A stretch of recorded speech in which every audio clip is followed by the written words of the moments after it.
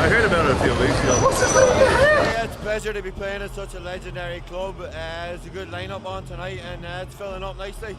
Drum and bass has been on an uprise of late. I mean, the nights already running in Dublin are getting more popular.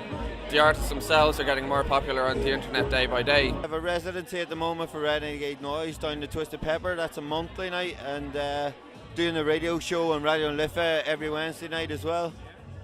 So things are going grand. Drum and bass in particular, I think it's on a huge uprise. I think in the next 6 to 8 months you're going to see a lot more drum and bass becoming prominent. I'll probably play a bit more mellower stuff to start off with to get people into the vibe, you know. It's a new club, new venue. It's an excellent advertisement for the music that a new club, a legendary club like the Kitchen, obviously they had some serious drum and bass nights here years ago, like, you know, and they're still acknowledging the fact that there's a scene there and there's people that are willing to come out to these nights, you know.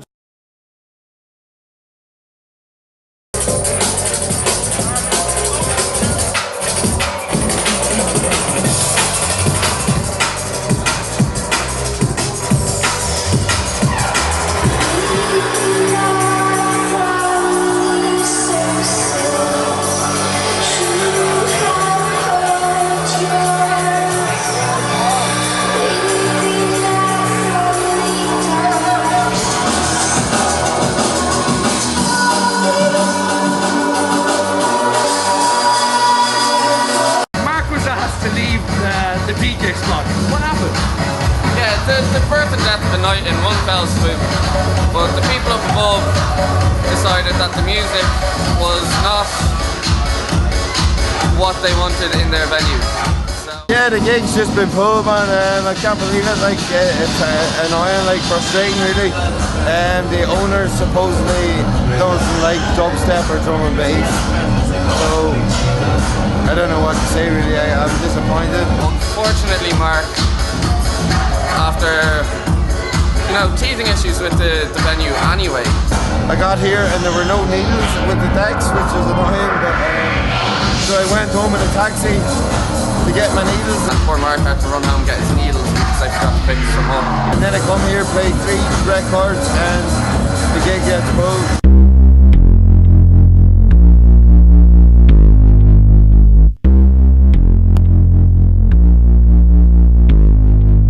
I do see that it's been underestimated since I first knew about drum and bass. I've seen it develop from acid house to hard to jungle to drum and bass, you know what I mean? I've seen the whole development, and yet there's a specific attitude against drum and bass. But the one thing that has given it the longevity is that it can survive with or without media, you know, attention, without the love of the public, you know. It's always got a strong hardcore following, and it's so versatile and incorporates so many different styles of music within its sample base, within its influence, that it's always going to attract people. And go to a festival and tell me which is the best 10. It's always drum and bass, man. That's where the energy's at. Do you think the drum and bass scene is underestimated in this country? It would be if the man on the fucking street knew where to fucking find it and knew of its fucking existence. Yeah, people underestimate the lengths to which people will actually go to fucking provide people with the drum and bass fucking scene in the first place. People underestimate the amount of bullshit you have to endure just to find a venue that'll let you play your records out loud. People underestimate the amount of bullshit you have to go through even to fucking get a record to fucking buy in this country. Never mind sell, buy, you know? Especially in the early days when we were playing drum bass. No one liked drum bass. Everyone's just like, that's the dirt of dance music. You know, techno and house was, we can understand that because couldn't understand drum bass, whatever. There was that. But yeah, you know, that was quite funny. We were looked on as the dirty cousin of dance music. Dirty cousin of dance music.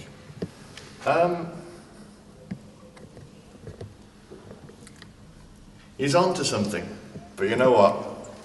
I grew up in a big family, I had a lot of cousins. You know? The dirty cousins, right? Dirty cousins were always the ones you ended up going for a fucking split for behind your grandmother's gaff at a large family gathering.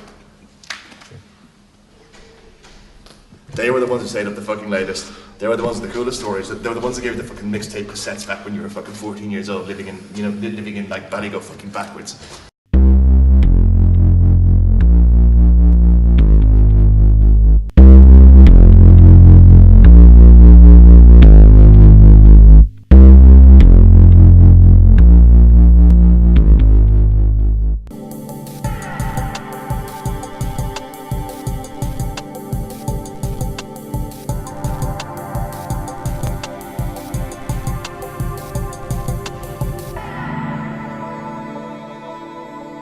do remember distinctly playing one of my all-time favourite tracks at the time, called The Dark Crystal by DJ Crystal, which is a huge, epic monster of a tune. And playing that at the end of the night, not really quite knowing how to mix it yet, but playing that at the end of the night, thinking this is the biggest good, bullet in my gun here, and just it gone down like a lead balloon to about 3 people, and just thinking, is this as good as it gets? Is this it? Like, can I not get any better than this? Surely it has to get better than this, But so that was the first one, yeah. And fortunately, we persevered. And this is why we lost the money, because, as I said, we didn't have business skills. I naively thought if I put on a night, and put a few posts up, people would come, that was very naive. We got the 30x40s. 30x40s are the posters around town. The big ones. They have them everywhere still. You had to pay to get them. You had to pay to get sites up. And again, the politics thing came into it, because my posters didn't go up in time. I was a small promoter. They didn't really care. You put a poster up, and people, like, Dublin would have been just thriving for it. People were just everywhere looking for gigs. It's always been a great gig town. Always. So you got your big posters, which cost a fortune to get. Again, this is the point that I'm trying to make.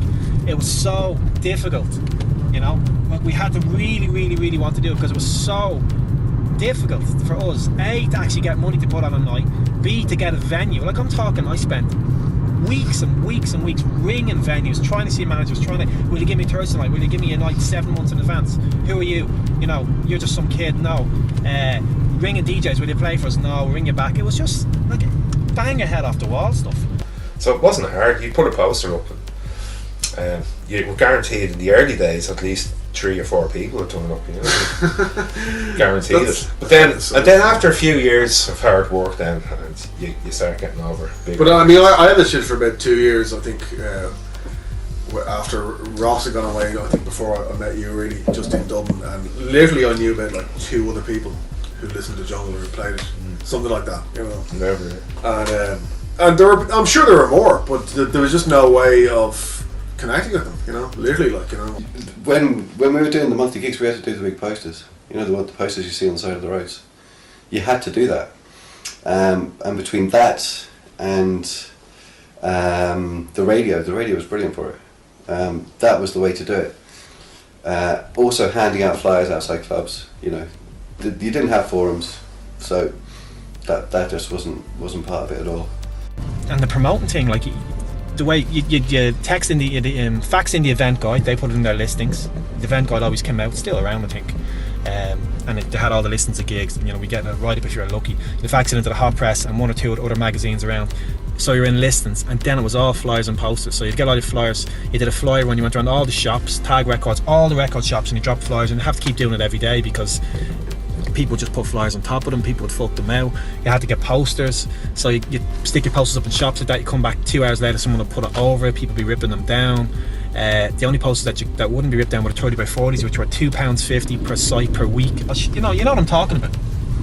They still have them. The posters on the side of the wall around town for gigs. I had another couple of abortive attempts to do nights, and they never really worked out, because especially if you were trying to play new sound in Dublin at the time, you had to have a venue that was good enough to attract people of itself.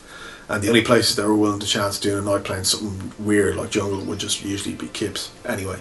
And people in Dublin being the way they weren't going to go to a place that was a Kip, because the most important thing was where you were going, not what you were listening to. To me, I could have posted not going up, but that was bankrupting, because that was like, I only had one shot to do a big gig with all this money and make money off it. And if you lose money on one gig, which we did, the Johnny L thing, and a part of it was mismanagement and bad business, but that was it, bankrupt once, because that was the only budget that I had.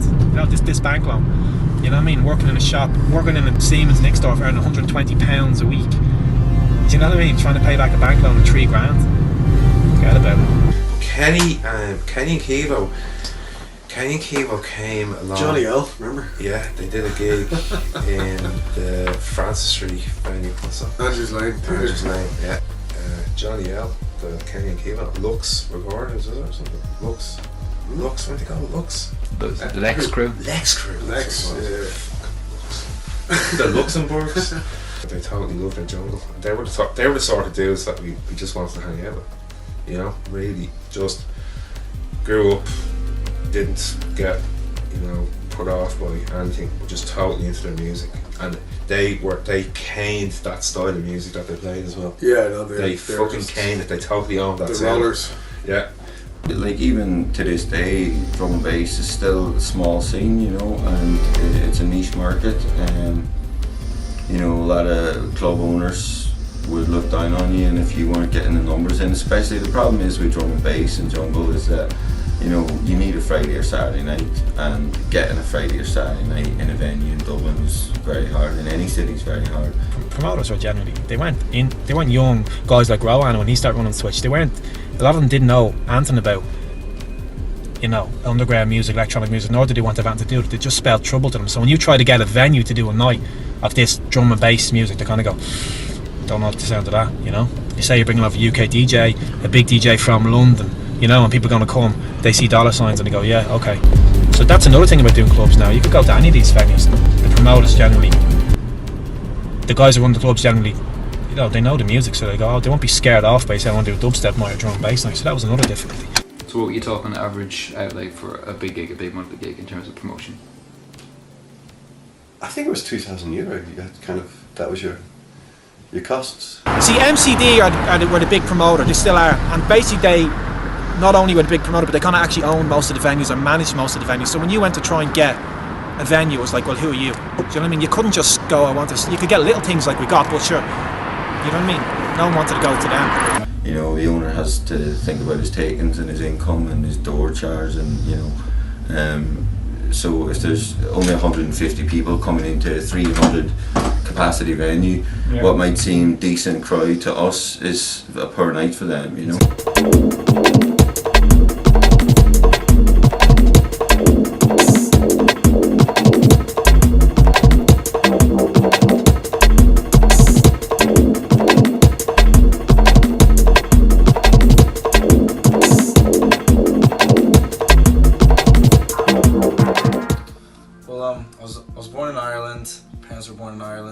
Moved out to Southern California, a town called Palm Springs, about 2 hours outside of LA, and had a pretty normal suburban childhood. You know, went to a normal school. Parents were always around. You know, it's pretty good.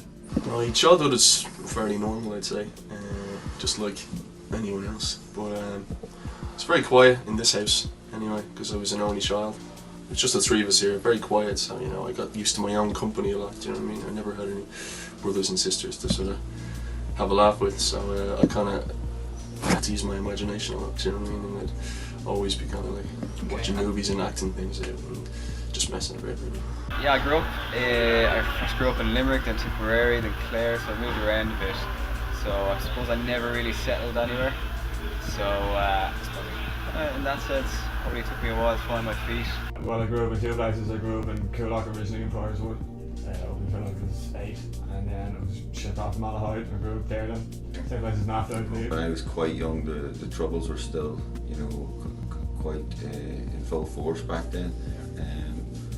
And you know, with bombs and whatever, and there was a big British Army presence around, which sort of, you know, you grew up wondering why are they here, and you know, searching you in the street and stuff like that. But as you get older, like, obviously when I went away when I was 18, then you know, you start to appreciate different cultures more. What did my family think about it?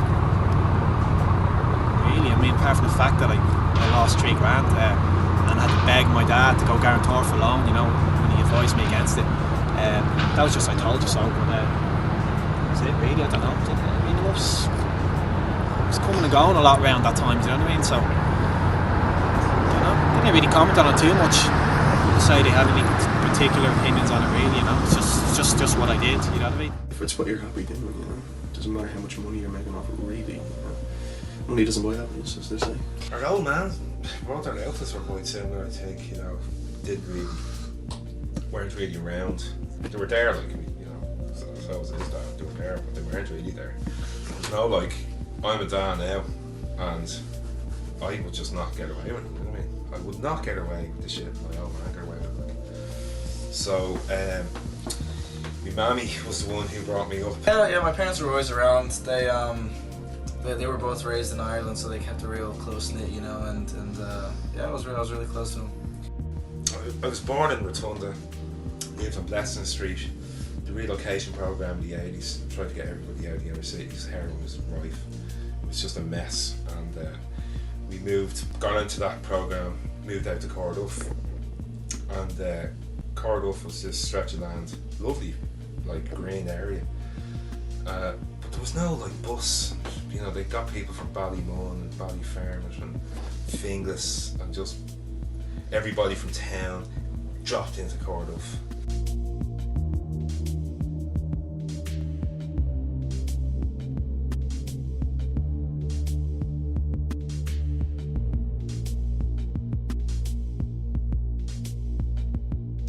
So I had a bunch of vinyl, and then just through knowing Ross in the shop, and he said, hey, there's a slot on the station, and I was the main guy, probably one of the main guys coming in to buy tunes from him, so he knew how much I liked it. We liked the same sort of stuff, so he said, let's just go to the radio station.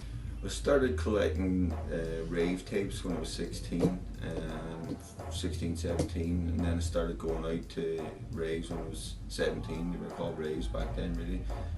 But in Derry, like, jungle drum and bass hadn't really taken off that much. This was around 1991, 1990. I started going to my first gigs when I was about 14 or 15, just because it was the place where you could go, where it was all ages. And it was usually like a hip-hop gig or like a trance gig, something like that. Usually a house party with a microphone and a pair of decks. Just the first sort of bassline music that I got into would have been Prodigy, Jilted Generation. Well, my brother used to cane a lot of stuff when I was younger. Like he was into Guns N' Roses and stuff originally, but then like when Cotton Prodigy and all that came around, he used to listen to all that. Like. So like ever since then, really, like all that early 90s kind of like I wouldn't have been exposed to anything really kind of underground or anything, like, you know, with all the stuff that was banging around. Everybody was listening to like Prodigy and Ultrasonic and bits and pieces of old hardcore and stuff like that were banging around. Like. I went over to London to see my sister, who was really involved in jungle music and all. So yeah, I went to a big One Nation party it was. So it's just mind blowing just to hear music like that at that level of sound, and just seeing the production and all, is just blown away.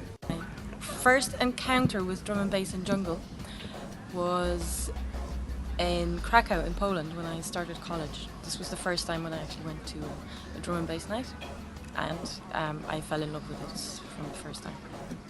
I just think the beats suited me for dancing. I just danced all night and I loved it. Went to, there was one day I went to Tower Records actually. This was in around 95, 96, and they put on, there was just silence actually, there was no music going at all, and then suddenly the first track from LTJ Bookham's Logical Regression just came, you know, on so loud, like, and it just hit me. It was that Demon's theme song, and I just went, wow, this is unbelievable. And I just went straight to kind of, what the hell is this? Give me this. The internet wasn't around, obviously, you know what I mean? So you couldn't just get on and buy tunes or hear what was coming out. We used to find out what was coming out, you know, from listening to pirate radio, listening to tunes. It would just filter through, you know, much more old school way of finding out about stuff, you know. I think I had like a $5 a week that I could buy one record, so it's a world of difference between kind of Sunny Knowles or the, you know, kind of dance halls of my parents' generation and what happened when rave kicked in. So, you know, there's a bit of a chasm of understanding, I suppose, between the two. They vaguely knew it was probably associated with something to do with drugs, or suspected it might be, you know. So that was a bit, but I think they certainly knew it with me. I was the only one in my family really to get into rave or dance music, but they knew. I was a little bit older as well, I suppose, you know, early 20s or whatever, so I know they knew as well that I very soon got into the music side of it, you know. Mine wouldn't have had a clue. They were just like, yeah, you're happy? And I was like, yeah, great. So that was the main thing. They knew I was involved in music, they knew I was a music nut. Triple A would be my favourite, yeah, and then Rohan. What, is it because of the shirt, Mully? Is that why you don't want to show your face? Seeking dedicated follower of. This is the AAA, the legendary AAA. Style advisor to all of Facebook. Yeah, fucking do's and don'ts.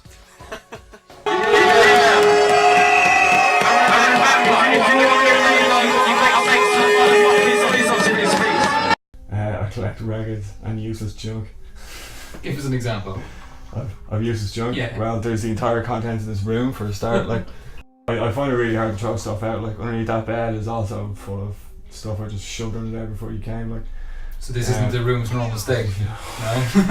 This is the neatest this room's been since I moved in. I think like I was always kind of picking up bits and pieces of vinyl all over the place. Like my dad was a big record collector. He always had lots of records in the house. Like and he saw pretty early on that I had kind of big interest in music. So like he used to. In fact, out of me and my older and then my older brother and sister, I was the only one that was actually allowed to touch the records. Like, what do you know about his vinyl collection? There's a lot of it. There's a room full of it. Yeah, like a few thousand records. So even if you're talking average value of €4 a record, you're talking, so say maybe 4 or 5 thousand, and then add on to that as well. Like I said, a lot of them will be worth a lot more than that. So yeah. And add on to that as well, your equipment. Equipment of it as well, yeah. Like I'd say you'd be talking well over 10,000. If you could flog his collection, what would you spend the I wouldn't. I'd probably flog some of the stuff though, because yeah. like, some of it can go away. But like, that wouldn't be enough to go around the world. But I'd definitely go to like France or something. Definitely go to France and like 30 records. Like. I mean, I could have maybe been a little bit more financial savvy about it all, like, you know, but like, nah, like, got no regrets at all. Like, I started buying a lot of vinyl when I started working. Like, maxed out one credit card, like, still paying that off. Keep your Gafas on fire and you have opportunities to grab something, what would it be? Oh, I don't know. It's gas, actually. Yeah, it's gas. Usually kind of sit beside the decks, I'll have a stack of the records I've been playing recently, which are usually my favourite records. I'll probably just grab that if I was running out of the house. Like, fuck everything else, man. Luke, Badmandeego, the expert streams and the Adidas tops, and the fucking, 93 to 94 jungle vinyl. But the man's done. There's a wireless, if there's a needle skipping, I'm the sort of guy who throws his fucking head up and legs over this way, Someone fix it. That someone is always fucking Luke. It's skill, he's a back in the 90s they used to call people like him technicians, and I'm pretty sure that being the 90s man that he is, he'd appreciate that word being applied to him,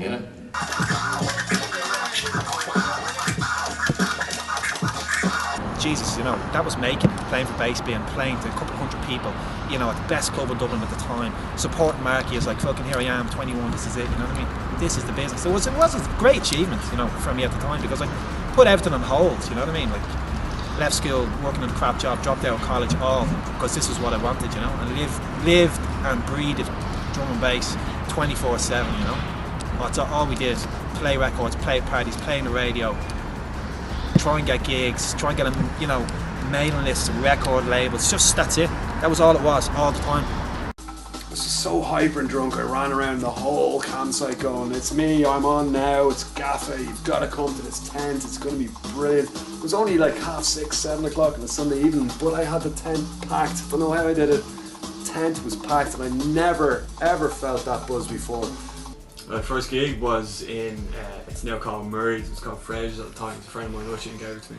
Completely on the whim, I was only DJing, I think it was about 6 or 7 months, that's what it was like. And just got chatting to Ush at sessions and stuff, and he was putting on gigs there and he was nice enough to give me one. It was disastrous, like, but it was grand, it was good fun, it was a good experience, like. Is this it? Is there one person listening? Where just so many people are bouncing up and down, the mixes just are going really well. The tunes were just made for each other. People jumping with beers, giving me beers and cigarettes and joints and whatnot, and a couple of people on their knees going, we're not worthy. That was the most amazing. I nearly creamed my pants that day. Like, it was just so many people, the tent was packed.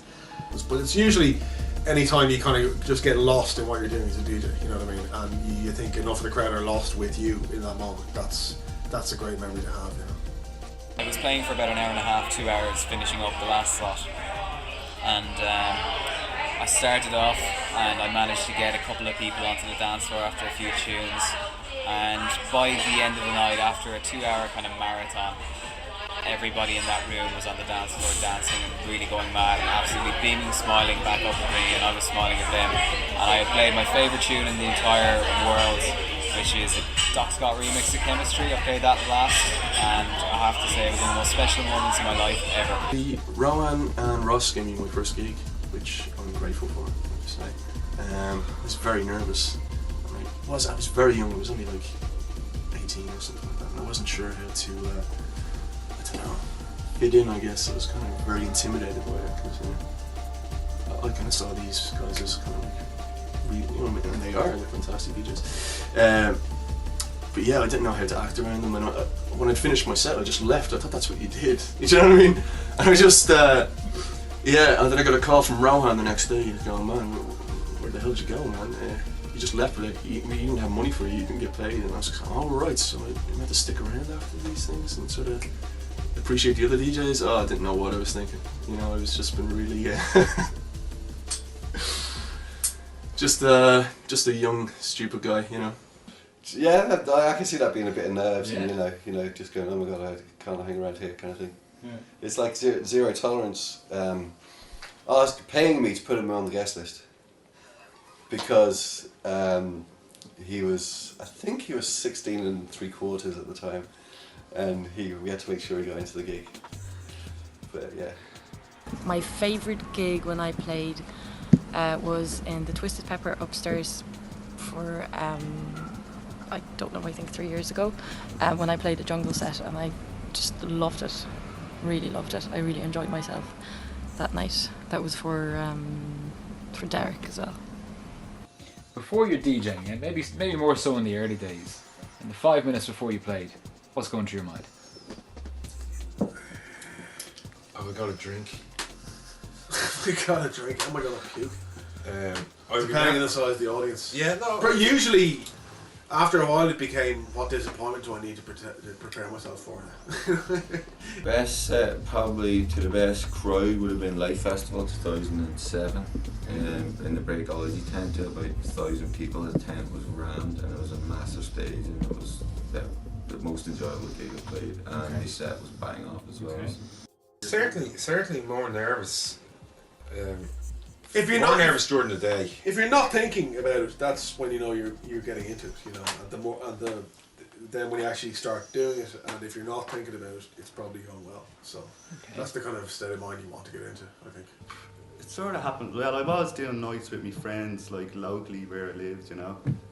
So they were just like mixed nights. Like some of the lads are into hip hop and like techno, and then myself and me mate Jack were like mad into drum and bass. So that's where we started mixing and putting on nights and clearing floors in the local dance hall. So that's where you got your first taste of it locally. Yeah, no, it's a good experience too, because again, it's just like mixing at home is great and all, but when you actually get into an environment like a club, it's totally different. And to get that gig and just so many people, you know, enjoying the music, it was just one of the best moments, not of my life, but like just really one of the, you know, nicest moments when everybody's just together, you know, jumping up and down for decent tunes. And yeah, I'd say that was my best moment in mixing, like randomly at a Leitrim festival. There's one night where randomly shit comes together. There was one night where Derek, Bonz and myself finished off down at Tribe, and shit just went right. The place was packed.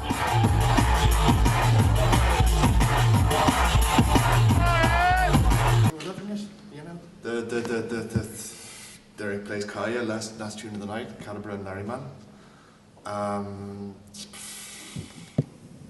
You know, puts it on. If we turn around, give each other a big fucking hug, and the room starts fucking cheering. You know, that's something I won't forget in a hurry. We both went out to Antwerp, and we just it was brilliant. We tore it up, wasn't it? It was a brilliant night. And I actually found a mix on the internet. Oh yeah. I put very narcissistic of me where I put the AAA into Google to see if there was any shit about me, and there was nothing. There was fucking nothing. Except this, and I put Don Roscoe in, he's like raping the internet, 60,000 pages. I put AAA in, nothing. Except this one mix, Naphta and AAA in tiny writing, live in Antwerp that your man put up on the internet years ago. Dice. And that was it, Dice, yeah.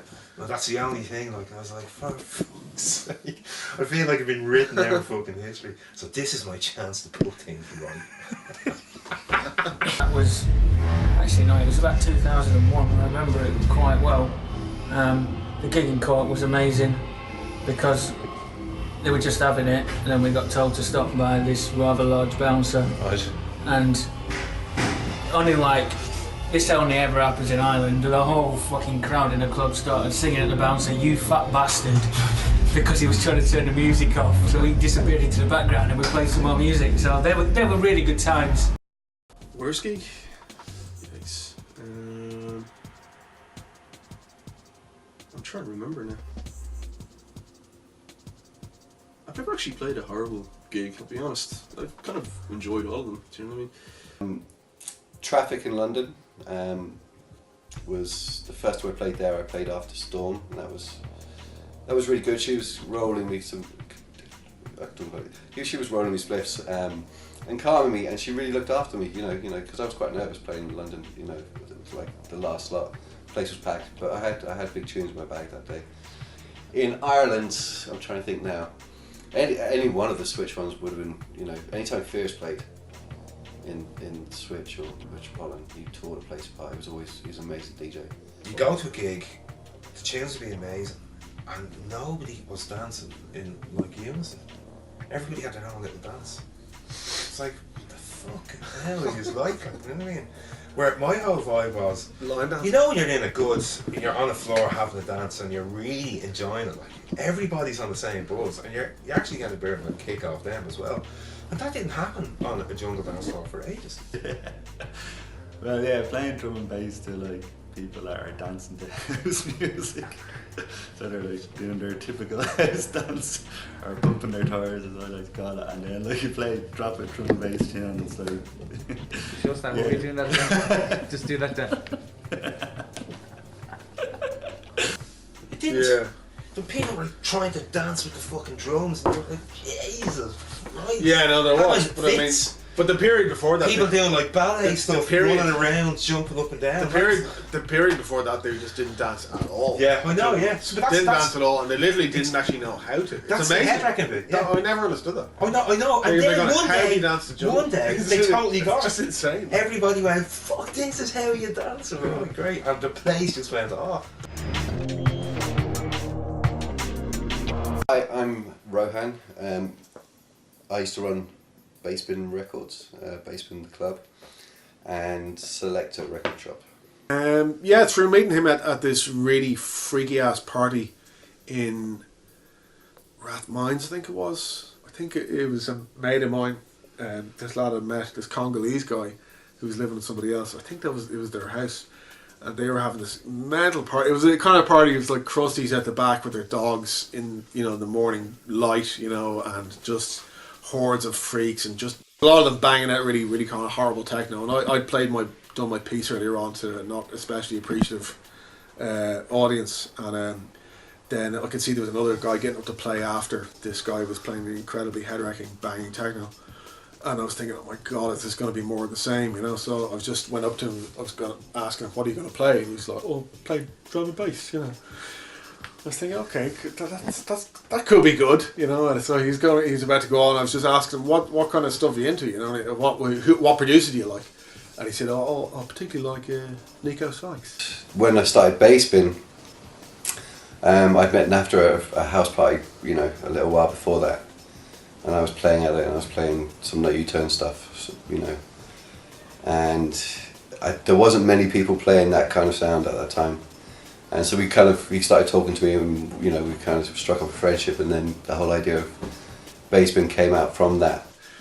Nico was one of my total heroes right then. The early No U-Turn stuff was just starting to happen, and it was completely the main energy in drum and bass right then. So I was just like, great.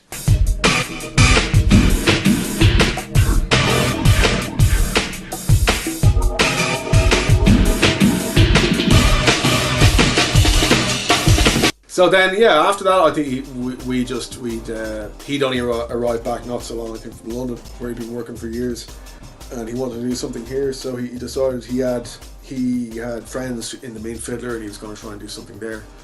And so he asked me to get involved and to be resident DJ with him at the night.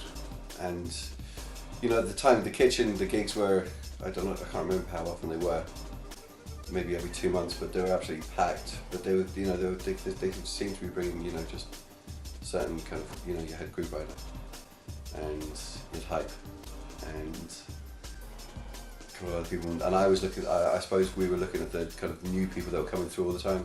They were going for the established DJs, where I was getting excited about up and coming producers and up and coming labels. Both myself and Rohan had gone to Quadraphonic looking to say, well, look, you know, we play this music, can we be the support DJs for, you know, the gigs you're putting on?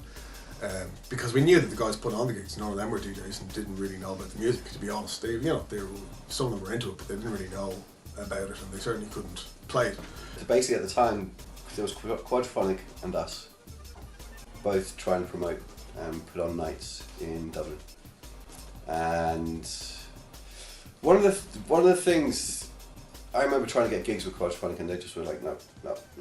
And we weren't getting gigs anywhere, so Bassbin was an outlet to try and, you know, give people who were involved and interested in playing on Power FM, which was huge and a massive influence on the whole scene. You know, the amount of people that said, we used to listen to it on the radio, we used to get people calling, and, you know, that was a totally different type of scene, you know, where people listening in their bedrooms all around Dublin to drum bass that, you know, some people had never heard anything like this, some people knew all the tunes.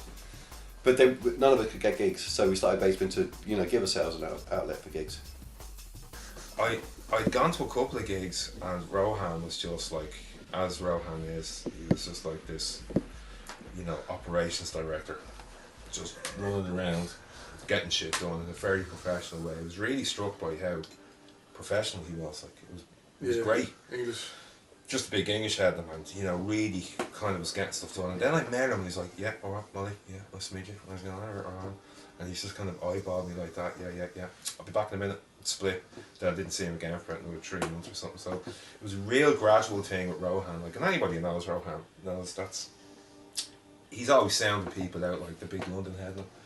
And if you're there for once, he kind of picked, you know, he would have this inbuilt mechanism to just be able to deal with people who he knew he'd only see once or twice a year. And it was like, yeah.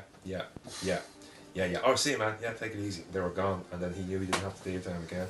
Whereas he knew you were there around a bit longer, he'd, you know, he'd kind of relax a little bit. And that's, I can't really remember the very first time I met him, but he then asked me then if I want to play with Bassbin, gave me a gig with Bassbin.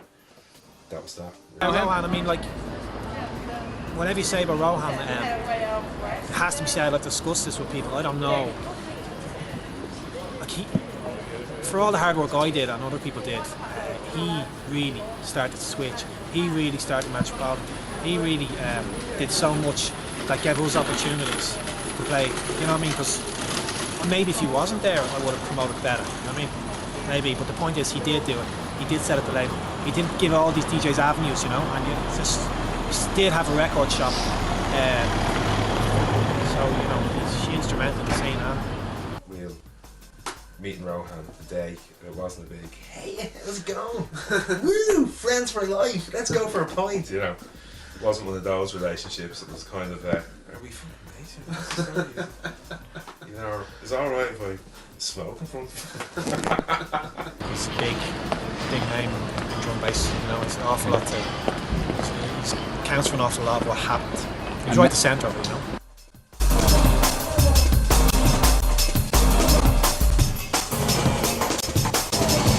We always wanted to try and keep a focus on local DJs as much as possible, but so we knew we needed to have some kind of continuity, which is something a lot of Dublin nights never had, because we were so enthralled to the UK.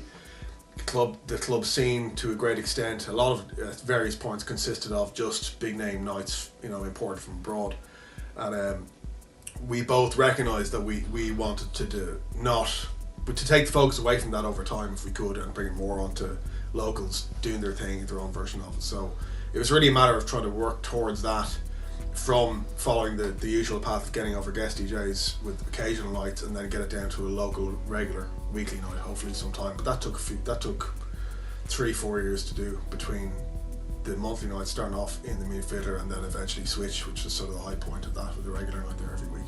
When Rohan came up here and took over, he turned it into switch, right? So basically, down the stairs, we used to go in. As I said, I remember the open night. I remember standing on Mully, AAA, on the open night. He was just standing downstairs, looking at each other, going, "Fuck, this is our club." Wow, and it was, you know what I mean? Had all the cargo nets, D1's cargo nets up at the ceiling, all posters of all the venue around. It was, instead of just being a promoter in the venue, it was like ours. Do you know what I mean? Rohan was the boss. It was ours, like, you know. You could walk up to the door, queues down the street, just walk up like in Indigo. You know what I mean? And there was big queues like for this place. You know, the club was a huge success. It was the best nightclub in Ireland. I think it was in its height. And this was Switch. Switch, yeah. Switch. I know we did a reunion. Me and Keevo, Switch reunion. We promoted a night in here 2 years ago called 10 Years of Switch, and we played at it, and all kinds of people came to it. People who weren't even into drum and bass, because it was a brilliant night here called Sunday Central on a Sunday. We always used to go to that, which was Stefan Hoffman, Bubbles, and all these lads had a house, deep house, really good deep house. Then D1 Records had the techno on Friday or the Saturday, I can't remember which one. And you know, Simon F had the New School Breaks kind of thing going on Thursday. There was a hip hop night with Simon Milligan called Same Difference. Really was best club ever, you know what I mean? Like I only really like got into it like properly when I started going to Switch, like which is when I was about 19. First drum and bass gig, which I think a lot of people will say on here, was in Switch, Refuge, run by Rohan and Dan Rosco. I just tried. It was very hard to persuade my mates to go because I was the only one of them who liked drum and bass, and they were all kind of slagging me, saying, you know, no, you're going to that on your own. And I think I did go on my own once or twice. Do you know what I mean? Surely for the love of music. Do you know what I mean? But eventually I kind of got them coming along, and then when I did, my mates were kind of, oh, now I see what you mean. This is fantastic, you know. And I'll always remember the first time in Switch when they used to wear these kind of Hawaiian shirts almost, like it was a whole sort of I don't know, it really had that drum and bass feel, a real cultural kind of feel back then, do you know what I mean? Earlier. What are you talking about? You met her in Switch. Yeah, I know, yeah. He met his wife to be in Switch. I was on the door one night and I was doing the guest list, and it was nobody night, it was in Switch, nobody came in, it was dead. I was like, oh Jesus, I just want to get out of here. And then up came these two girls in kind of cocktail dresses and high heels with their purses in their hands locked. And they go up to the door and the bouncers were going, no, you're not coming in here, you're just locked down your face. And this huge row started at the door. They were going, we love drum and bass, let us in. So when I heard that, I kind of came between the two bouncers and went, hang on a second. And I looked at these two girls and like, they were just two stunning women. We weren't used to these sorts of women in Switch. It was usually more of a sausage fest. It was a little bit like cock only. We have been going out to drum and bass nights for ages, and it was always packed with men. But they were at the door, and I was like, oh, look, there's nobody here. It's very shit, you know. You don't want to pay you. Don't tell us what we don't like. We'd like drum and bass. So I said, right, come on in. I went, let them in for $5 each. She let them in for $5 each. They walked in. I stayed upstairs for about another half an hour, then came down. And in the middle of the dance floor was my wife-to-be, just giving it socks in amongst all these hoodies and jeans and baggy, you know, trainers or runners. And I just went, oh my God, she's amazing. Look at her. She's unbelievable down there dancing in her high heels. So that was it. Went down, asked her if she wants some of me Jack Daniels. Because the bar was closed. And she went, no. And do you want to go out on a date? And that was that. We got married about 10 years later. A lot of good memories down there. Yeah, that's that.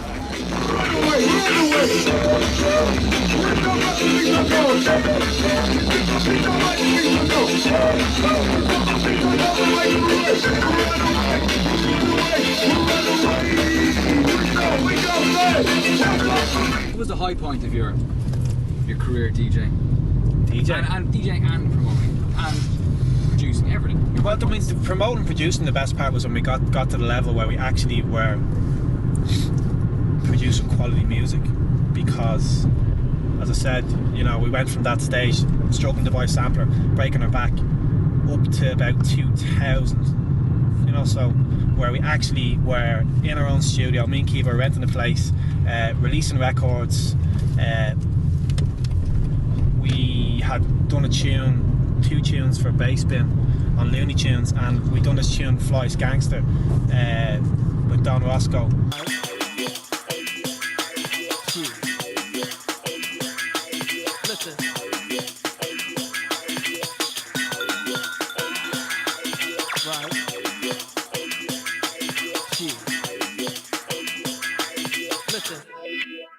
And that was when we were at our peak in terms of producing, where we could go into the studio with our equipment and make quality music, you know, because lots of people could make music, but they'd hear it on labels to go, you know what I mean, mixdown's bad, samples are bad. Here was tunes that were releasable quality. What was your favourite tune of his that himself and Keevo put out? They didn't put any out, I put them out. Do you put it? Sorry, Fly's Gangster. Fly's Gangster. No, do it, leave it in. So, has to be Fly's Gangster. Fly's Gangster. It has to. Is that, you know, even hearing Bailey playing that in, you know, in the Metropolitan and on the radio, you know, and it was just the best jump up tune, really. It got everyone going. L Double wanted to release that tune, and Rohan wanted to release it. That was the first time anyone else. A-Sides was playing this dub play of a tune me and Keevo made called Buckaroo, which was all the cartoon samples in it. You know, we were starting to send the tunes to people.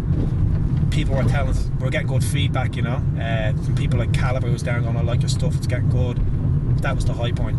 Rohan brought over DJs once in a while, but the fact that he didn't need it and that people come to see us playing, that was brilliant. And not just that we were just playing their records, it was that we were playing, you know, our own tunes. So we were called Accident and Emergency, and all our tunes had team names, you know, we had this kind of joke element in it. And we did this tune called Buckaroo. We did a series of board game tunes. So we did Connect 4, Buckaroo, Operation. We released a tune called Operation. That was one of my favourite tunes we did. Made the best tune that I think Bassman ever put out. Operation. Looney Tunes. I fucking love that record. Yeah. And I only listened to it recently. That's a lie. Recently as in a couple of years.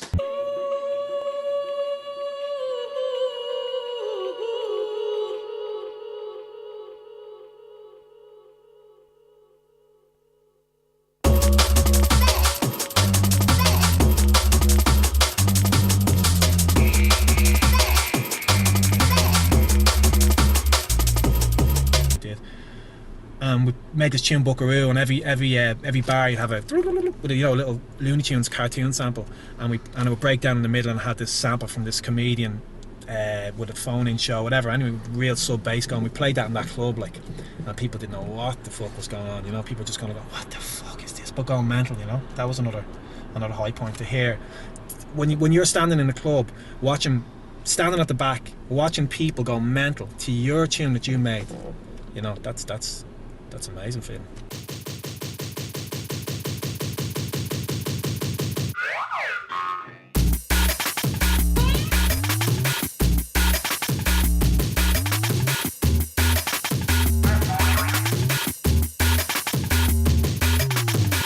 We, as I said, got to the stage where we were producing records to very happy with the level, of the quality of production of the tunes we were making. When we were releasing around time, we released Fly's Gangster. And then basically we lost the studio, sold the gear, I reinvested a bit of the money in buying a computer because I spent 6 months going around asking everyone that I knew, people whose opinions I respected on music, you know, could you make, because for years you never could make music with a computer that was good enough quality, you had to have the sample, just what, the computers weren't powerful enough. But it got to the stage where it was Breakage released a tune, So Vain and Bass Bin, and I heard he made that on a computer, and I heard that in the club, and if he's making that on a computer, right, well then we've crossed the level here, or else he's a genius, which I mean, he was anyway.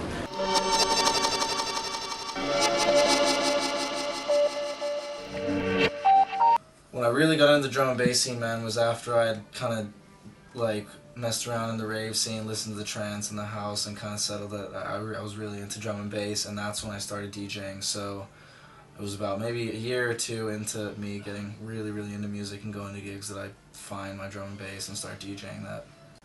Favorite piece of technology would have to just be, honestly, the internet. As a promoter, I have to say the internet and the way podcasts are going, the way internet promotions are going, Facebook, MySpace, all those things. It's a way you can connect to people where you don't have to talk to them every day. You can preach to an audience, and if you're, if people can believe you, they will listen. So yeah, I did my normal day-to-day Friday. I was in work for a little bit. Usually my artists come in around late afternoon, so we went to the airport around 5 o'clock, picked up Wilkinson, his flight got in at 6. Everything's been going to plan. We took him to his hotel, had a drop-off. We do our normal like pre-party dinner. Had dinner, me, Wilkinson, AK, most of our boys from out of town, I gotta look after them. Took them to dinner, had a bit of, a drink or two, came to the venue, set up, everything went to plan. There was a little bit of mix-up in the in how the stages were set up. But all in all, the show, like I said, always goes on. We tell them no, you're not ready for this, for the A to the K there, but I guess it's while I'm like that. Again like this, watch out about the mic and I can't crease one big time out and on the business. When I pick out the mic and I'm a smash hit. We got the mic and I'm a rinse him rolling, but I might check 1, 2, 3. I'm not hard to see, follow by the way. This is your first time in Ireland, what's your impression so far? I love it. It's not what I expected. It's green, it's nice women, nice friendly people. Yeah, it's a great place, I love it. You have a record label, what's its name? Ancient Ways. Ancient Ways, and how's that going? Great, yeah. Well, we've about sold out about 3/4 of the first release, so we're just kind of just biding our time. Obviously, my partner in crime, Mr. Steve Tierney, is away at the moment, so like I'm not really doing much with it because he is, after all, the mouthpiece of things. Ancient Ways is our baby. It's not something I've ever really fucking discussed before, it's just like something we do, It's over there, it doesn't belong to be over there. It's not a record for fucking grimy cities, basements, concrete. It's a record for something else. We're on more of a fucking Queen Maeve and watery-eyed lads fucking singing a song at the old Flat Hill type buzz, I'm Mr. Logistics, so Steve does all the talking as far as I'm concerned. How did you promote Ancient Ways? Promote is a pretty fucking strong word for what we did, to be honest. I mean, people knew the tunes, I mean, Blues VIP, legendary beat. Another Way, the Partridge tune as well, incredibly strong. It had been around dubplate circles for a number of years. And as soon as the word got around that a couple of Irish heads were stupid enough to, go 100% DIY with no distro, knocking out 200 hand-numbered fucking copies. There was enough of a market for it for that to make sense.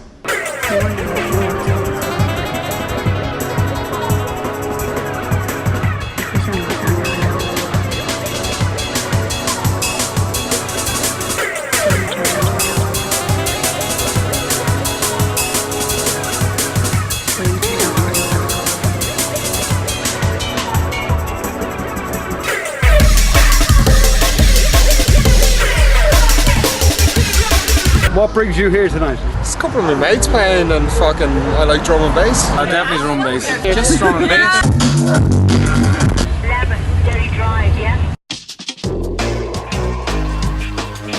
Honestly, the first record I ever bought was Lupe Fiasco's Kick Push remix, drum and bass remix. The first tune I ever bought was this Future Sound London, My Kingdom, and I think it's absolutely still holds up today. Well, the first vinyl I bought was probably the Dead Kennedys or something like that. The first drum and bass vinyl I bought was most likely rubbish. I bought my first record when I was 9, and that would have been Madness. I think, yeah, Madness. And then I got into the specials and the beat, and I collected all the two-tone stuff. And then after that, I went back into Jamaican ska. And this is like when I was 13, 14, 15, I started buying records. Came across a CD single, remember then, of Goldie's Angel, that led to fucking finding out who the fuck metalheads were, or what metalheads was, finding out who Goldie was, book him, logical progression stuff. At that stage I hadn't a clue that people went out and danced to that shit, you know. I thought it was like avant-garde fucking experimental sort of jazz music or some shit like that. I hadn't a clue that people were like, while I was sitting there listening to it on my headphones in a fucking tractor down in Kildare, that people were actually dancing to it over in London, you know? Again, my cousin was a huge influence. Lofty, his name is, a very good DJ. One of the tightest mixers I've ever seen. He kind of taught me how to mix when I was around 15, and I'm ever grateful for that, actually. He's a good guy. So I just kind of wanted a sort of dose of this, you know what I mean? And so I bought my own decks and started mixing. It was fairly kind of cheesy stuff back then that was big, you know, that sort of hard house. A lot of people seem to start off with hard house when they buy decks. And Colin Daly came up to me after to show me how to mix. He'd been mixing on Technics He years. showed me a Ross how to mix as well. He called up to me, Gavan Blanche, into my bedroom, knocked on the door. Hey, is Paul there? Yeah, I'm here to show him how to DJ. Brought me upstairs and he was going, alright, on the legacy. Fucking brilliant. He taught you 2 years how to mix as well? Well, no, he didn't really teach us, he just explained. Showed you? Yeah. It's all 4/4. Even the break. Everything, yeah, I know.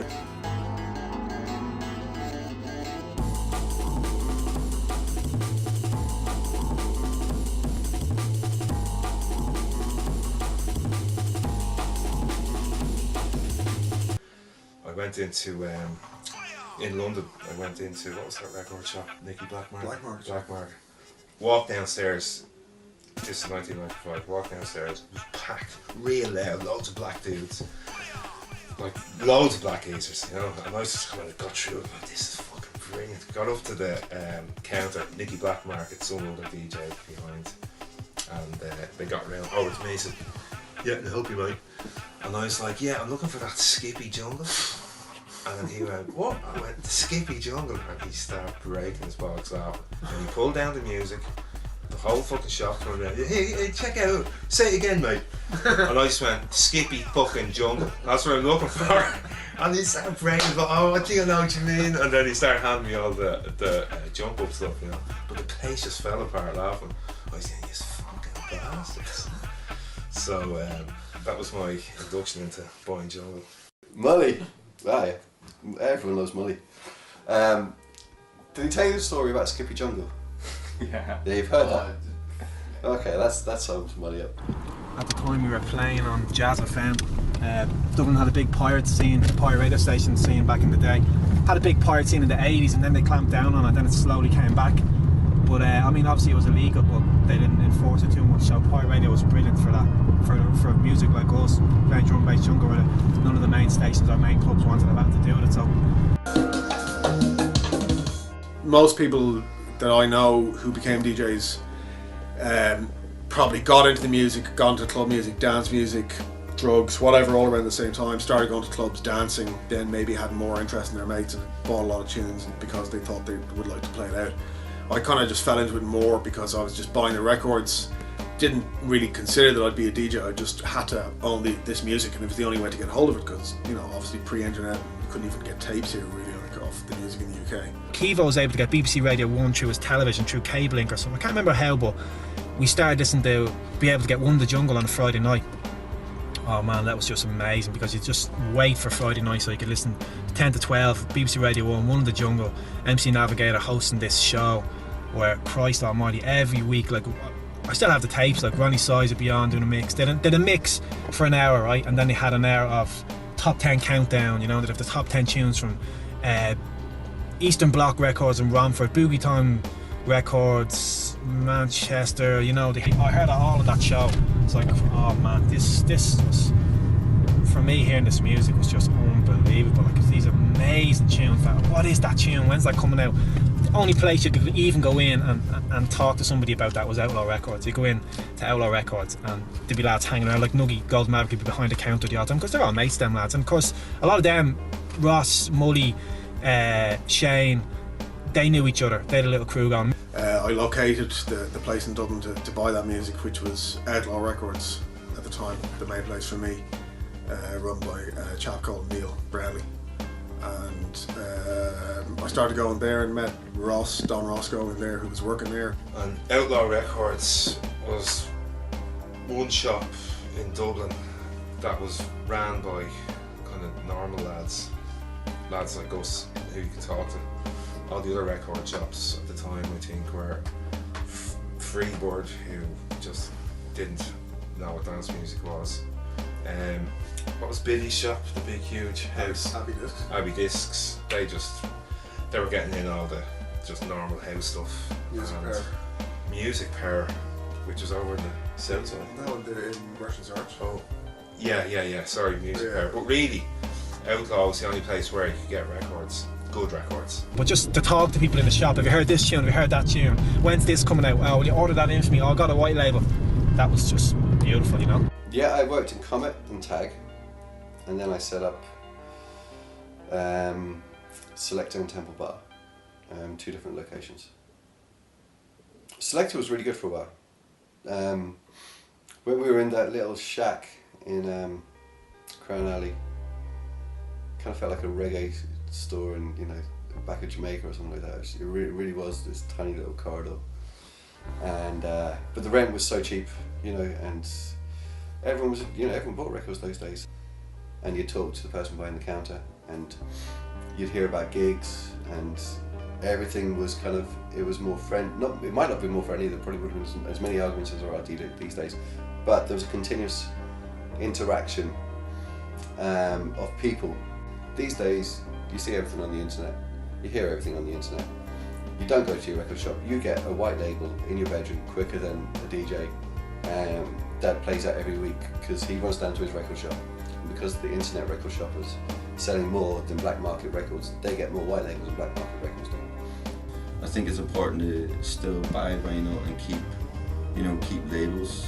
You put out vinyl. If everyone went digital and stopped buying vinyl, then, you know, we wouldn't have a vinyl scene anymore, and that would break my heart to think that that's going to happen, you know, down the line. But I don't think vinyl will ever disappear. You know, this argument's been going on for the last 20 years, as far as I'm concerned. It took the whole personality out of the scene, the whole interaction out of the scene, and I think the chemical records, you know, killed drum bass in quite a way. Then MP3s killed drum bass in a different way. But I'm sure it'll evolve into something else, and 50 years down the line, or I don't know if drum bass will still be there in 50 years, but it will evolve into something else, and the MP3 culture and the whole internet culture will just make a different scene. Scratching. I love scratching records, man. I love getting hold of a sound and making new sounds. I don't know, like, it's just addictive. MP3 versus vinyl, something to talk about. It's vinyl all the way, you know. I mean, MP3s, people like them. They're very convenient. They've got 1,000,001 good things about them, but they're just not for me. And I've heard all the arguments, and they're pretty convincing arguments a lot of the time. And I can't really argue with them. But at the end of the day, I love vinyl, and that's really it. You know, I like the tactile feel of it. I'm used to it. I love buying a vinyl with the sleeve, the artwork, everything. You know, it means something.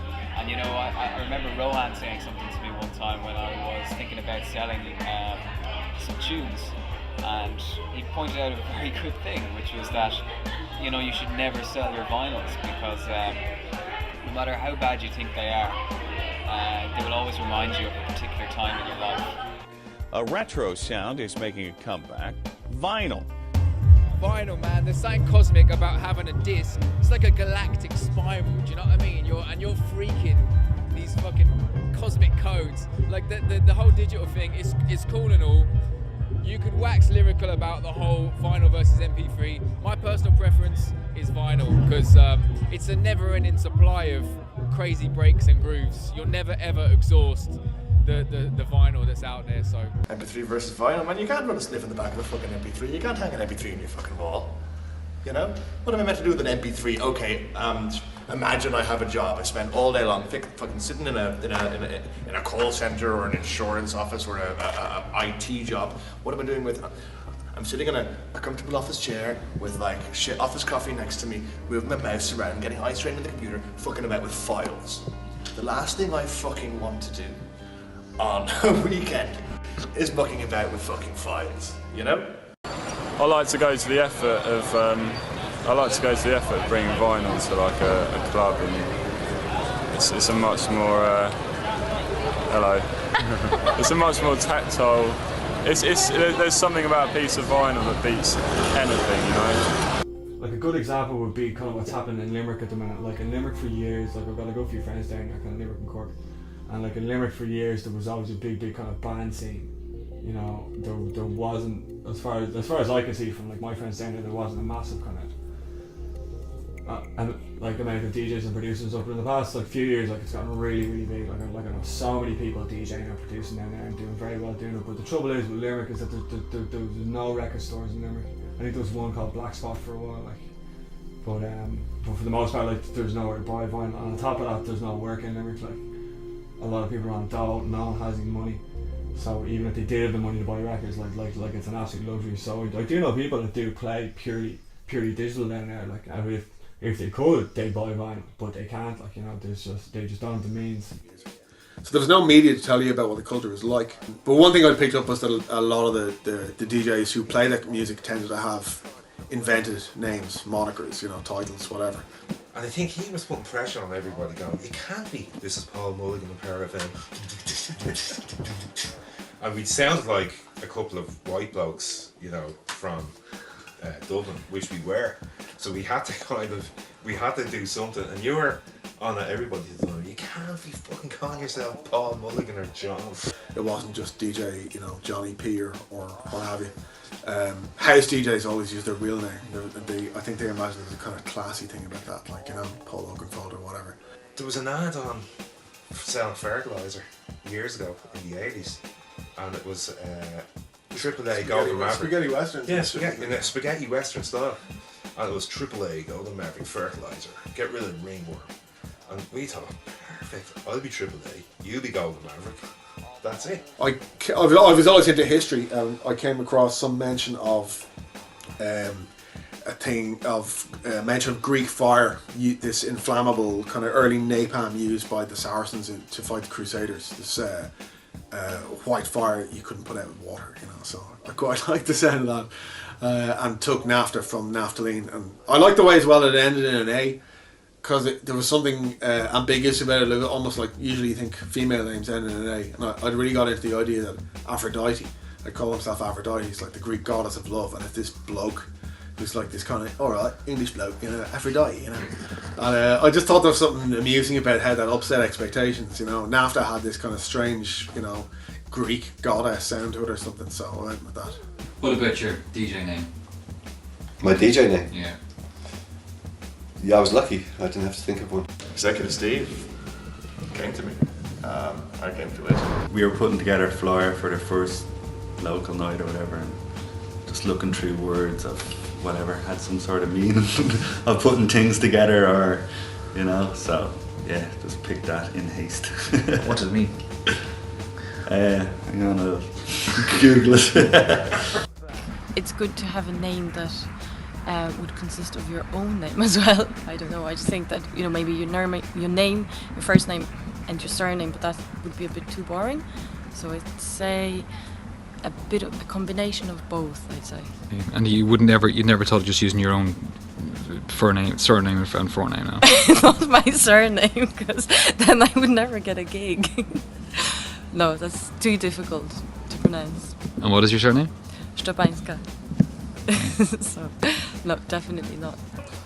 The Arsonist started, well, like before I started DJing, man, I used to just go to parties, and like where I grew up, a lot of the parties were in the desert, so all outdoors, and I would usually get pretty faded, and would end up lighting fires all over the place, bonfires. I usually come with a can of gasoline, so before I was DJing, they used to call me the Arsonist when it came to partying and whatnot, and then it just carried on to the DJ name, you know what I mean? It was the first thing I thought of when I first started playing, because I actually got forced upon the decks at a party. Like, you know, that was the first time I touched them, you know, so, you know, everyone was just shouting, oh, the Arsonist and all that shit, but, yeah, that was it.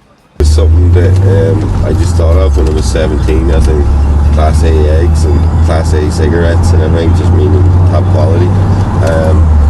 And then obviously just recently I decided to change the quality mark just because it has a nice ring to it. Do you like quality street sweets? They're not bad, prefer roses. A Christian quality mark. Man's called Mark, man brings quality, call him quality mark. So very important to pick the right name, and it's only getting harder and harder in some ways because there's been so many names used. What's the best name you've heard? Photek.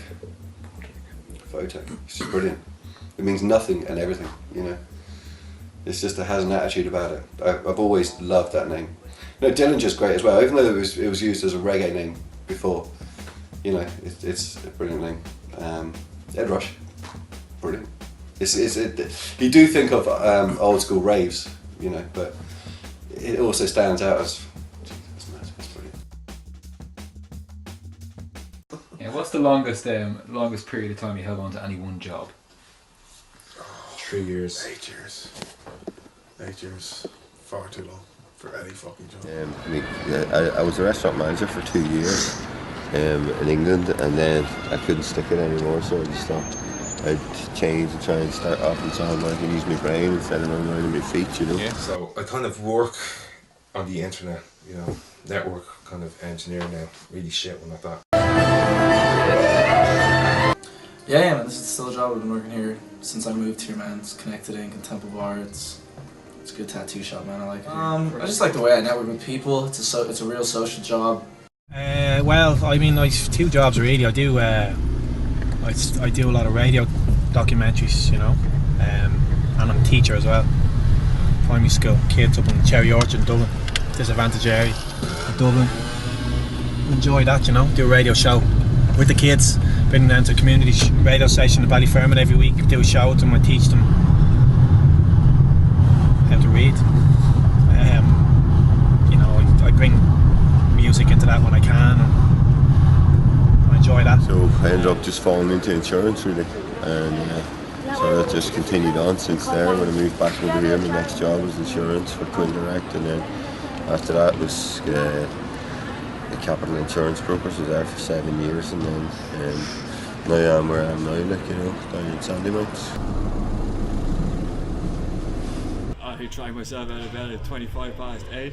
I leave the house at 8:30. I arrive and work at 10 to 9. I start work at 9. I kind of potter around the place for a bit. I work at a shop. I work in retail. Anyone who's ever worked in a shop will tell you, man.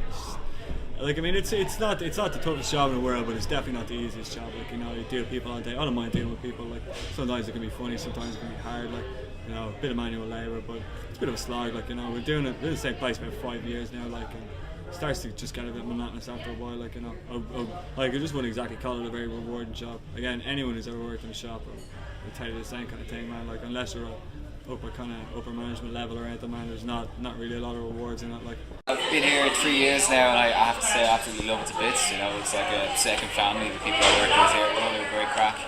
Loads of friends here, you know, proper friends. You know what I mean? And yeah, it's just great.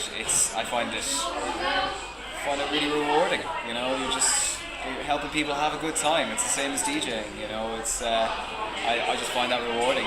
You know, giving people an experience. It's the same way in the restaurant as it is when I'm on a pair of turntables. You know, it's just giving people a rewarding experience and seeing the smile on their faces, which is it's a real feel-good factor. And you know, I kind of realise that I'm never going to make $1 million out of either DJing or this restaurant, but I don't mind it, you know, because I'm enjoying life a bit too much really to care about that. Yeah, some people are saying, oh, it must be deadly, you know, just going around to all these mad parties and setting up sound and all. It's just kind of going, yeah, I get it. Obviously, I get a buzz off it when the party's going right and, you know, the DJs are playing really good. But yeah, just financially to keep it going is really, really tough, you know. What's the hardest thing about just running this? Is it the loans? Is it? Yeah, just basically, trying to keep up with the loans, you know. So, because I was working like doing carpentry and stuff, so, but that really slowed down, so I really became dependent on gigs. But on the other hand, it's sort of grown for me as well, so yeah, it'll just become busier and busier at it. So. Synergy is the fucking dawn, the man, the soldier, backbone, the fibre, you know? You look pretty fucking stupid standing playing records in a room or a tent full of 1,000 fucking people on fucking whack FM radio alarm clock fucking speakers, you know? Without someone dedicating themselves to the craft of making shit fucking loud as they fucking can, clear as they can, working, carrying the system around from place to place, taking fucking loans out to build this and construct this, you know? To provide a platform for fucking heads to play on, you know? The amount of work, I can't even conceive of the amount of work that he put in to make that shit fucking happen. The guy's a legend. Collie synergy, not only DJing wise, but also lugging the big rig around the gaff as well, like to everywhere that he can go, or anywhere that'll take us. Seems to be a lot of love and respect from the people we've spoken to about you. How do you feel about being considered the hardest working person in the scene? No, I don't know. Everyone. Yeah, but it's a bit embarrassing really, like, just because I'm lifting sound and all, it's kind of like, why are you saying that, you know? Like, obviously I'm promoting nights and doing stuff at festivals and that, but like, no, how can you evaluate, you know what I mean? That kind of thing. If you could give these people a message, what would you say? Yeah, what would you say back to them? Keep believing it, pay me. Yeah. Photography is what I'm doing. I'm doing lots of photography. A lot of kind of landscape and black and white, kind of moody, kind of minimal, kind of landscape fine art type stuff. I'm working for different businesses. I set up shops, or I'll do different kind of client based works for magazines. I'll take what comes, but basically to pay the bills. But I'm focusing on my own special landscape work. Whatever, some people do jobs that they don't like or whatever, and it's just a wage or whatever. So yeah, in a way I'm happy that I get an opportunity to set up sound systems. And was this always a consuming passion of yours, photography? No, not at all. I started taking photographs when I moved to Barcelona, and it was mainly the architecture there that inspired me. Was it filling your creative void, photography, when you missed the day-to-day operation of a record store?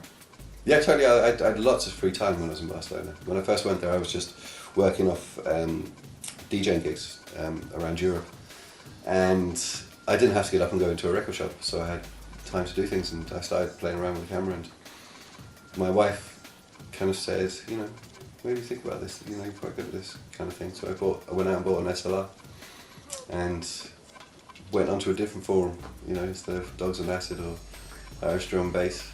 And then I do a lot of radio work, radio documentaries, travel around the world doing them with them. First one I did was on a hip hop band in Dublin called Urban Intelligence from Ballymun. Did a radio documentary about them, went out north to Eats, the Irish National Broadcaster. From there I just kept doing, did one on the IRA, did a few around the world. I was in Haiti last October doing one. I was in Malawi and Tanzania. Did one in Kenya 2 years ago, music related again. Took a rapper from Northside in Dublin and brought him over to a street kid in Nairobi, and they did a tune together. Whole documentary was focused on that. So I do that, and that's a labour of love, doesn't really pay the bills. I do. Teaching pays the bills. I went into that quite late, went back to when I was 27 at night time to become a teacher, to train.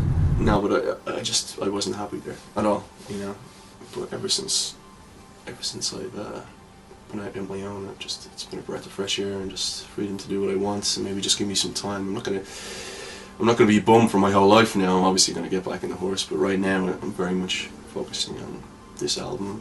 Hopefully, which will be finished in the next few months. Maybe hopefully tops 6 months. I have to get all the artwork together. I have to get the arrangement of the tracks together, and it's gonna be something quite a little special, I guess. Everybody seems to be kind of stuck on. A lot of people are bouncing off of college, man. A lot of people are bouncing off of college in other countries, man. A couple of friends of mine are going over to the UK next year, like.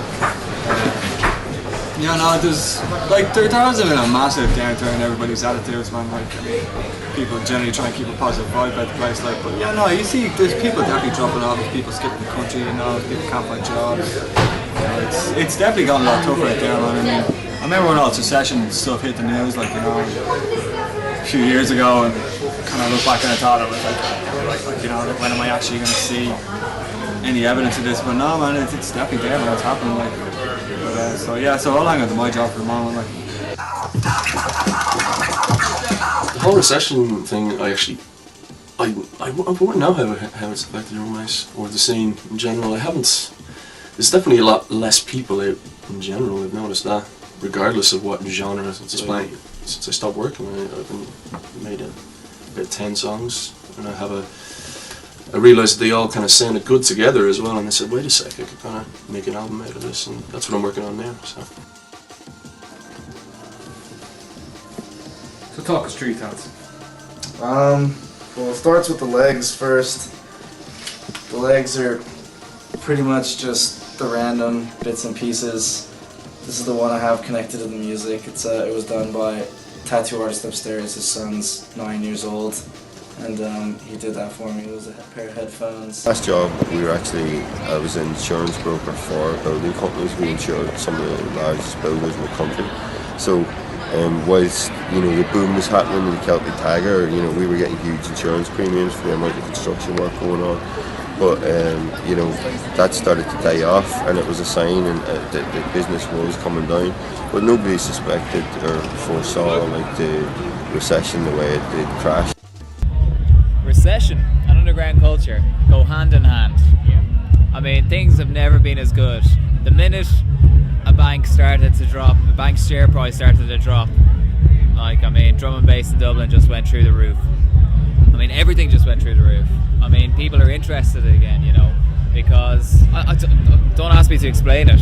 Maybe having money in people's pockets makes people really lazy and makes people just sit at home getting stoned every day watching shit DVDs in Hollywood. I don't know. But as soon as there was a hell of a lot more pressure on people's pockets, people started going out and having a lot more fun on a tighter budget. That was done just a couple days ago. And on the chest, it was just done by a friend of mine. And then this tattoo here was actually done by a good friend of mine, actually involved in the drum and bass scene. He did this tattoo, and then the next morning he flipped his car 8 times and is now like a paraplegic. And it's not even finished, but I won't let anyone finish it until, well, I just won't let anyone finish it, period, you know? So it's got a lot of personal significance, doesn't it? It does, yeah, man, definitely. Definitely does.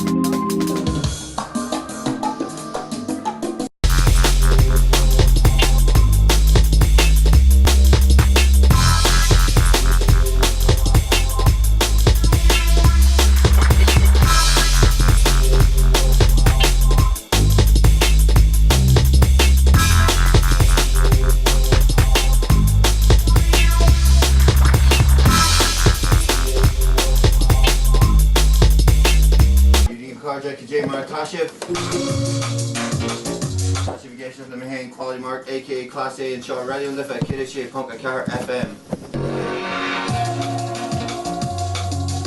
Augustus and Workzy Nick Fury, August Degree. When you Callaghan Trummer Fad. I learned Irish when I was around 7. My dad taught us Irish in the family, me and my younger brother. So by the time we got to 11, or within a few years, we were pretty fluent. At that age, you pick it up really quickly. And then we spoke Irish as a first language at home. I just sent him an email. I heard that another DJ in Dublin was doing a radio show on here, and I just sent him an email saying that I could speak fluent Gaelic, and I was DJing for whatever number of years, and would be interested in letting me do a show on the radio. You know, one thing I enjoy is seeing other people that are into the music, as I say, and there's not that many of us in Ireland, and you know, it's great to form friendships with people that have been into the music years, just like myself, and it's great to give them an opportunity to, you know, show their skills and show what they can do. And you know, it's clear to me within, you know, a few minutes if someone can mix or not. And you know, if someone can put a few mixes together, I fully enjoy giving them a chance to show that on the show and gain some valuable experience. Yeah, like, I mean, he gave me my first shot, like, on the radio, probably about 5 years ago now at this stage, man. Very good. And yeah, man, it was terrible, but like, Marcus Grant, he put up with it fine. Like. So that was your first actual campaign to a live audience? Yeah, it was the first time that the public was exposed to me playing records. He was the guy who gave me my first gig on the radio, which was a lot of fun. Yeah, no, Mac's cool. He's doing this thing a long time. I still listen to a show the odd time if I'm in the car, I'm riding a lift. Yeah, you're doing it for the love of music and your passion in the music itself, you know, and you know, hopefully passing that knowledge on to other people, and maybe people that haven't heard the music before might come across the station and listen in. And I've gotten emails off people, and the station's received emails complimenting the drum and bass shows.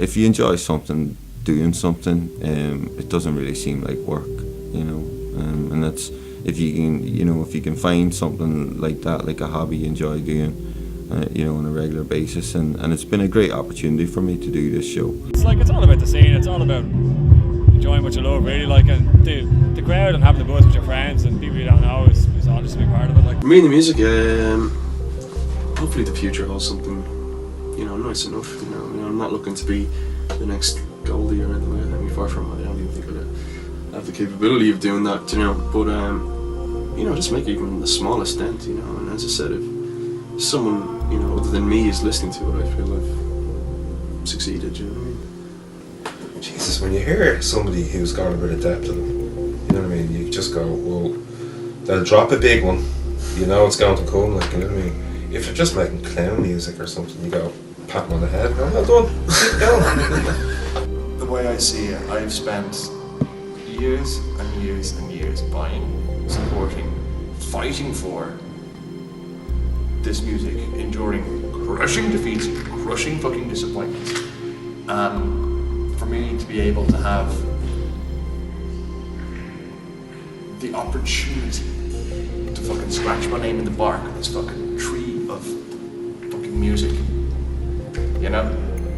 So that some fucker will read it in 10 years' time and fucking go, I wonder who that was. You know, that's the only way to do it. That's the only way to achieve any level of permanence. Aiming for the top, man. Always, man. Because if you're not aiming for the top, you're not gonna even get close. You know what I mean? Like, it's the same. It's just the idea of it.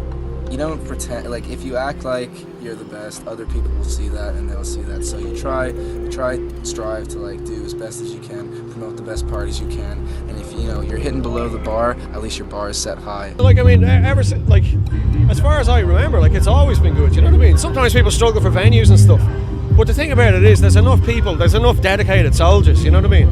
I mean, the likes of this festival, like Tuxer, that puts it on, like Synergy.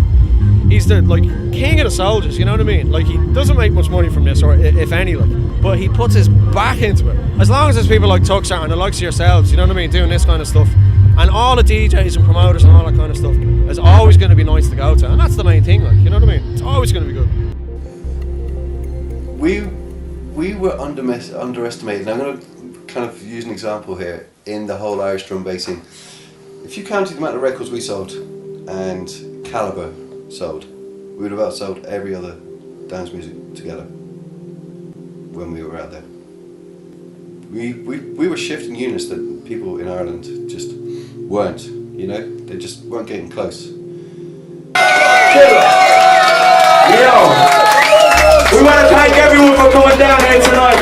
10 years standing strong. We'll see you for the next 10 years. Much love to the dance hall. Make some noise for yourselves, people. Yes, sir. I don't know what we ended up selling, you know, in total, right? But I think we had over 100 tunes pressed on vinyl. And Calibre at that time, like, I'm talking about 2007, 2008. Between just Bassman and one artist in Northern Ireland, now obviously a very big artist in Calibre, you could add up all the house sales, all the techno sales, all the hip hop sales, you know, all the left beat, break beat, add them all together and they wouldn't have sold as many records as us. So, you know, like, and, you know, when the awards come along, they're all hobnobbing together of the spirit, whatever, you know, drum and bass just, you know, probably left back and switch, not even invited. So, Underestimated. Yeah. In fairness, actually, you know, I think back when things were really good for us, and we were getting like, there was times we were getting 2, 3 gigs a week, maybe, you know, for a while. You know, you playing down in Limerick and then playing in Dublin and playing here, playing there. You'd make a bit of money out of it, you know, not a lot though. You would have made a lot more money working in a job full time during the week. Do you know what I mean? You know, would have made a lot more money if I'd spent that time doing other stuff, but that's what I wanted to do. But money, no, never. Okay. Nor was that ever an aspiration for me.